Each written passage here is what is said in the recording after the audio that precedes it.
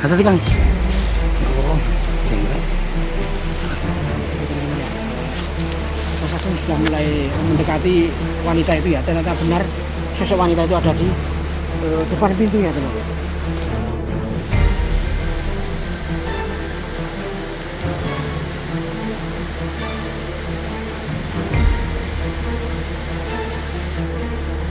Astagfirullahaladzim. Hilang Kang.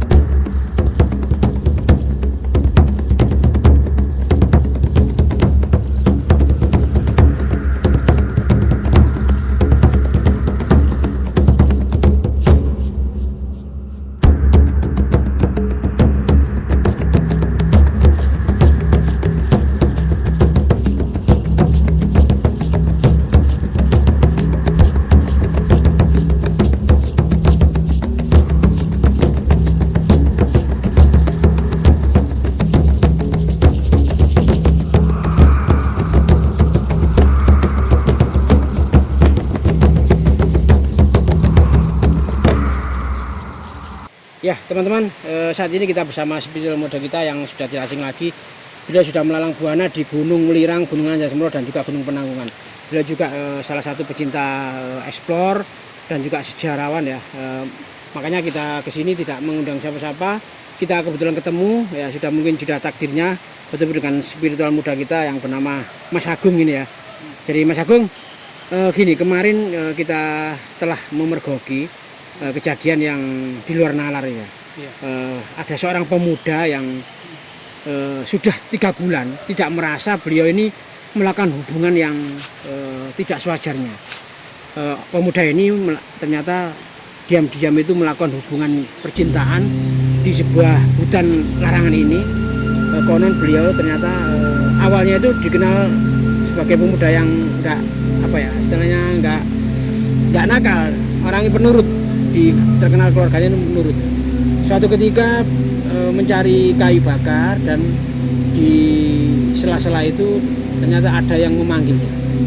Dan ternyata kita ikuti, ternyata benar di sebuah gubuk tua ini pemuda ini punya kekasihnya.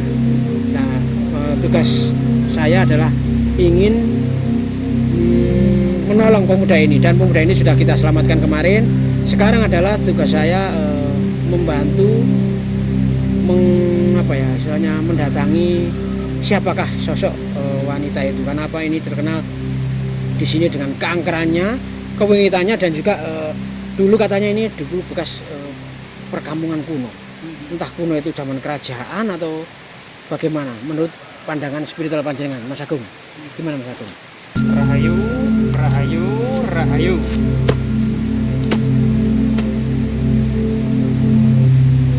Memang tidak salah, lokasi di lereng Gunung Welirang ini syarat kaitannya dengan hubungannya dengan Istana Majapahit yang ada di Trowulan. Jadi diceritakan salah satu kisah ya yang memang di dalam peradaban Majapahit, dalam cerita tradisi masyarakat Majapahit dahulu ada yang dikenal dengan cerita Angling Dharma. Suatu ketika Prabu Angling Dharma mendapati seorang gadis cantik yang bernama Setyawati dikejar-kejar harimau.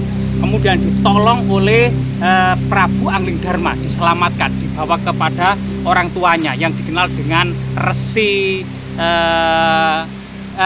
Begawan Sutra ya. Resi Begawan Sutra ini adalah orang tua dari Setyawati, ternyata memiliki kakak namanya Badik Madrim. Dan ternyata Prabu Angling Dharma tertarik dengan kecantikan Setyawati, mau hendak menikahi Setyawati, namun kemudian terhalang, harus berhadapan dengan kakaknya Badik Madrim. Akhirnya Prabu Angling Dharma berhasil kemudian bertarung dengan Badik Madrim, dan Badik Madrim pun diangkat menjadi patihnya. Namun kisah ini sebenarnya dibalik kisah kemudian Prabu Angling Dharma yang sering kemudian berburu di hutan, ini juga mendapati perselingkuhan sosok naga gini ya, golongan para naga itu berselingkuh dengan ular tampar, pemuda ular tampar. Ini pemuda ular tampar ini kemudian dibunuh oleh Prabu Anggridharma karena bertentangan dengan kasta. Bagaimana juga pada waktu itu golongan naga dilarang kemudian berselingkuh dengan ular tampar, sehingga kemudian Prabu Anggridharma membunuh ular tampar, sehingga kemudian kutukan dari pemuda ular tampar ini kemudian cerita yang berkembang di era modern masuk ke dalam raga seorang gadis yang pernah diperkosa secara beramai-ramai ya oleh pendaki gitu ya, oleh seorang pemuda yang dahulu memang gadis ini tinggal bersama kedua orang tuanya di tengah hutan. Namun entah suatu apa gitu orang tuanya pergi ke hutan dan gadis ini ditinggal sendirian. Kemudian ada 7 orang pemuda datang dan melakukan tidak senonoh sampai kemudian wanita ini mangkat atau meninggal dunia, dan arwahnya gentayangan. Dia kemudian ingin balas dendam. Siapa saja yang masuk ke dalam hutan larangan ini akan dibunuh, akan dijadikan tumbal sebagai kemudian sebagai balas dendamnya dia, karena memang sudah terlalu gitu ya merasakan derita atas peristiwa itu. Dan kita coba untuk berusaha ya menyadarkan wanita tersebut dan kembali kepada jalur yang benar gitu ya, kembali kepada alamnya, yaitu mungkin alam kubur.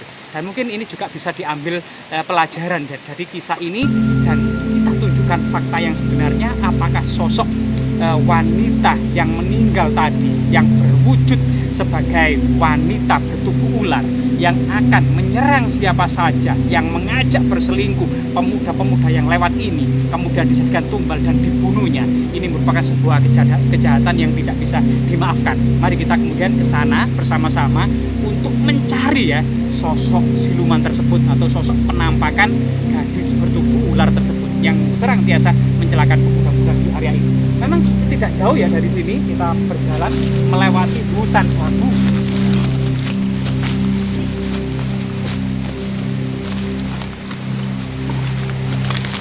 Ya teman-teman, kita mengikuti spiritual muda kita ya. Semoga ini nanti membawa manfaat untuk kita semuanya, dan juga untuk seorang wanita yang diduga korban dari kejahatan dan sekarang melakukan balas dendam ya. Rohnya itu istilahnya sakit hatinya itu masih bawa turun-temurun. Padahal ini sebenarnya sudah terjadi ratusan tahun yang lalu pada zaman kisah Anggridharma seperti itu ya, yang saya tangkap dari teman-teman. Kita ikuti perjalanan ini mengikuti sungai teman-teman. Ini ada sungai yang berlinding dan airnya sangat jernih sekali. Mas Agung, tunggu Mas Agung, jangan bantu-bantu Mas Agung. Oh, tadi Kang, ini jalannya sempit ya? Ya, kita sudah kita lokasi tua yang juga adalah tempat bersemayamnya atau tinggalnya wanita cantik yang bertubuh ular.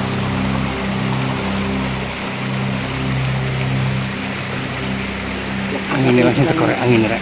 Mas Agung sedang melakukan netralisir atau penerawangan untuk menuju ke lokasi ini biar tidak terjadi hal-hal yang tidak diinginkan ya, terutama untuk tim kameramen sendiri ya teman ya.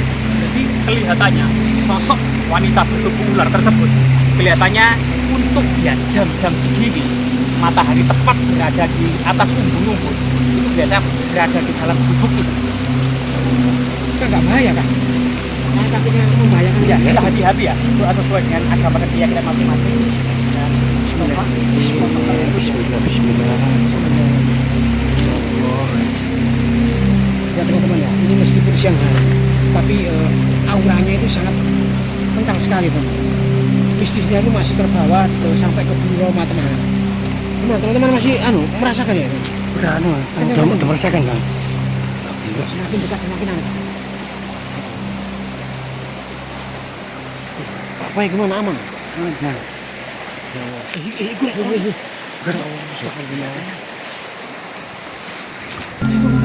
Hati-hati Kang. Oh, tinggal. Mas Agung sudah mulai mendekati wanita itu ya. Ternyata benar sosok wanita itu ada di depan pintunya teman. Depan pintu ya teman.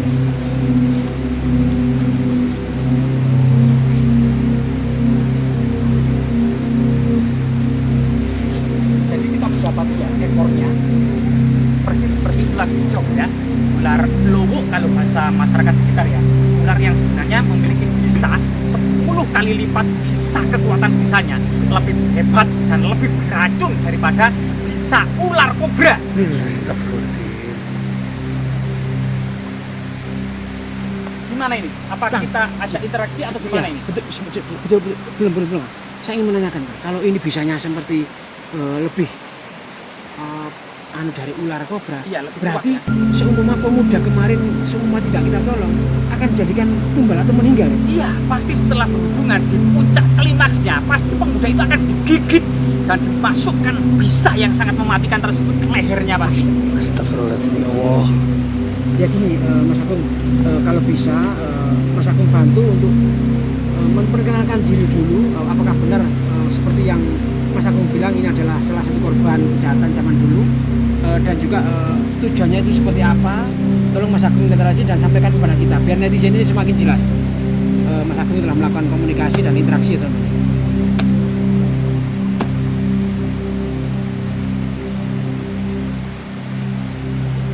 Teman-teman waspada ya, ekornya ini juga sangat berbisa ya kalau terkena.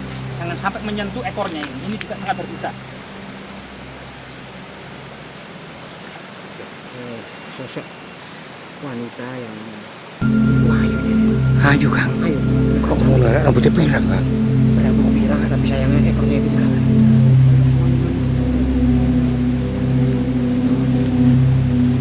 Jadi sebenarnya keberadaan kita masuk di sini agar menjaga jarak karena dia mengatakan agak terganggu dengan sosok-sosok pemuda karena memang traumatis di masa lalu karena memang ada 7 pemuda yang melakukan tidak senonoh sehingga sampai saat ini itu sangat trauma jika melihat pemuda-pemuda seperti kita.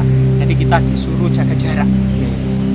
Terus kemudian informasi apa saja yang sekiranya harus kita korek dari sosok wanita bentuk ular ini yang sebenarnya adalah bukan dimensi kita sebenarnya ya. Iya, Ini iya. adalah dimensi alam gaib tapi mungkin karena rasa balas dendamnya dan kekuatan untuk kemudian membalas dendam itu dia sampai kemudian tega atau masuk ke dalam dimensi kita. Ya, kira-kira Mas Agung, sosok pria atau pemuda yang seperti apa yang diinginkan oleh wanita ini? Ataukah semua pria ataukah punya karakter tertentu, mungkin pria nakal kah atau pria yang baik-baik kah, atau random atau bagaimana? Biar kita bisa lebih hati-hati gitu untuk waspada dan teman-teman sekalian ya.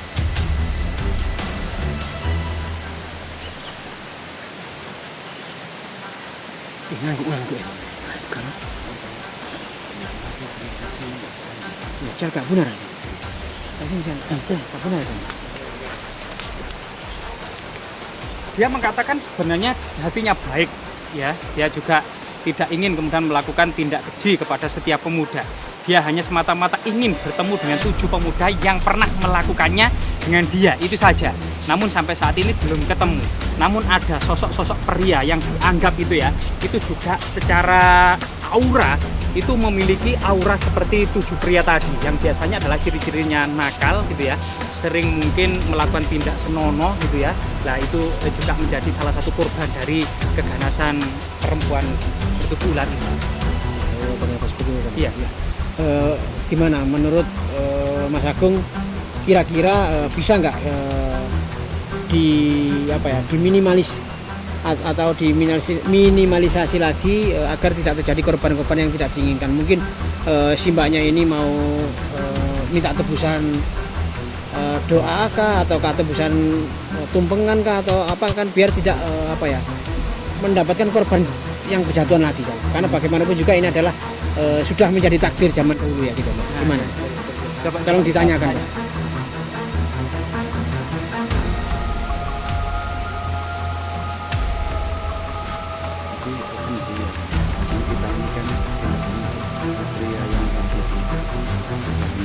Oh, maksudnya sampean ini orang baik-baik gitu? Ya bukan kan. Kita semua orang itu loh Kang. Iya. Ya semoga saja nanti ini juga untuk pembelajaran kita semuanya.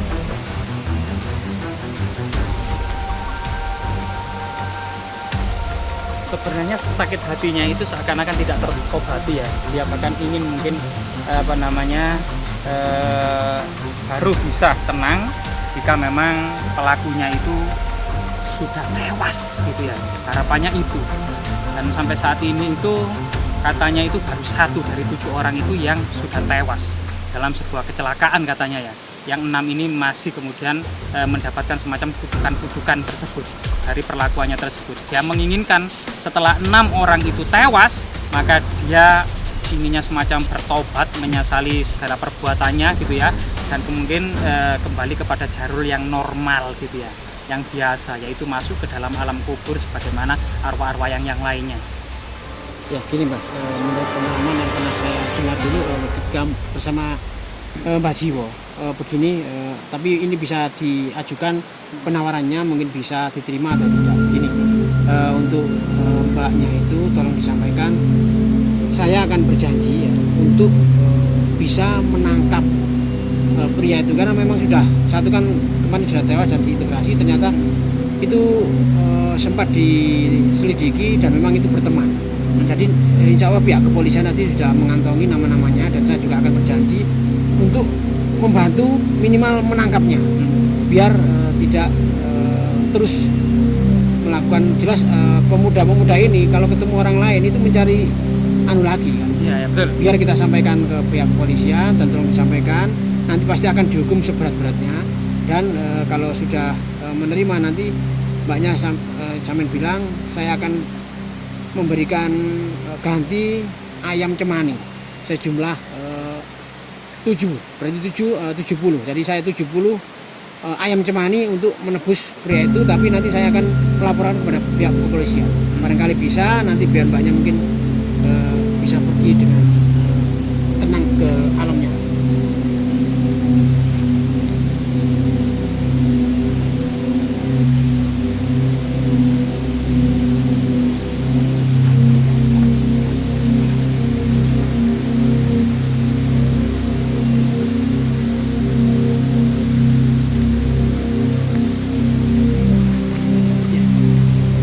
Jadi sebenarnya mbaknya ini juga tidak ingin berlarut-larut.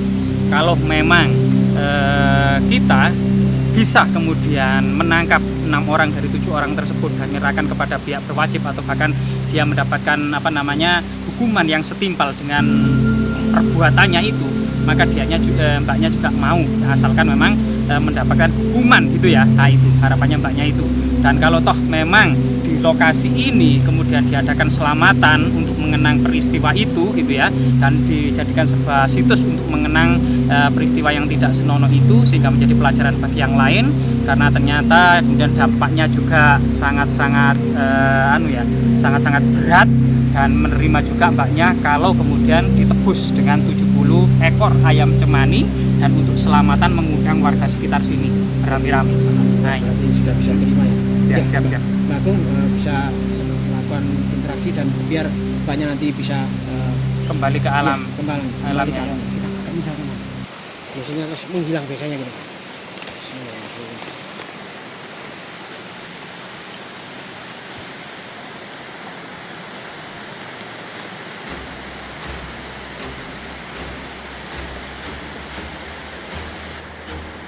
Astagfirullahaladzim. Hilang Kang, hilang. Ya, alhamdulillah ya. Ya, alhamdulillah. Sepertinya sudah Alhamdulillah. diakhir, teman. Kita tunggu Mas Agung nanti apakah ada pesan-pesan atau sudah Ya Allah. pergi dengan ikhlas ya teman. Mas Agung sudah melakukan ritual, Hilang ya. juga, mungkin perpisahan ya dengan wanita itu, semoga nanti juga lancar untuk kedepannya. Jadi para pemirsa semuanya ya, ini sebuah fakta dan cerita mistis yang telah berkembang di tengah-tengah masyarakat, sebuah kejadian di masa lalu yang ternyata erat kaitannya dengan kondisi lokasi yang mungkin berhubungan dengan peristiwa ratusan silam. Dan dari tanah itulah kemudian lapisan sejarah dan peradaban terus, termasuk kutukan-kutukan yang ada di atasnya.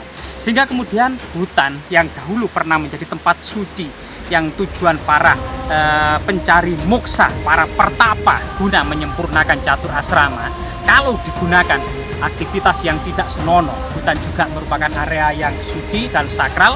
Ini memang benar-benar mendapatkan sebuah kutukan yang sangat-sangat membahayakan bagi kita semuanya, karena memang disaksikan oleh alam semesta, disaksikan oleh hewan-hewan, dan alam-alam yang ada di hutan ini. Sehingga kemudian sangat berbahaya sekali kalau melakukan tindak senonoh, apalagi pemerkosaan.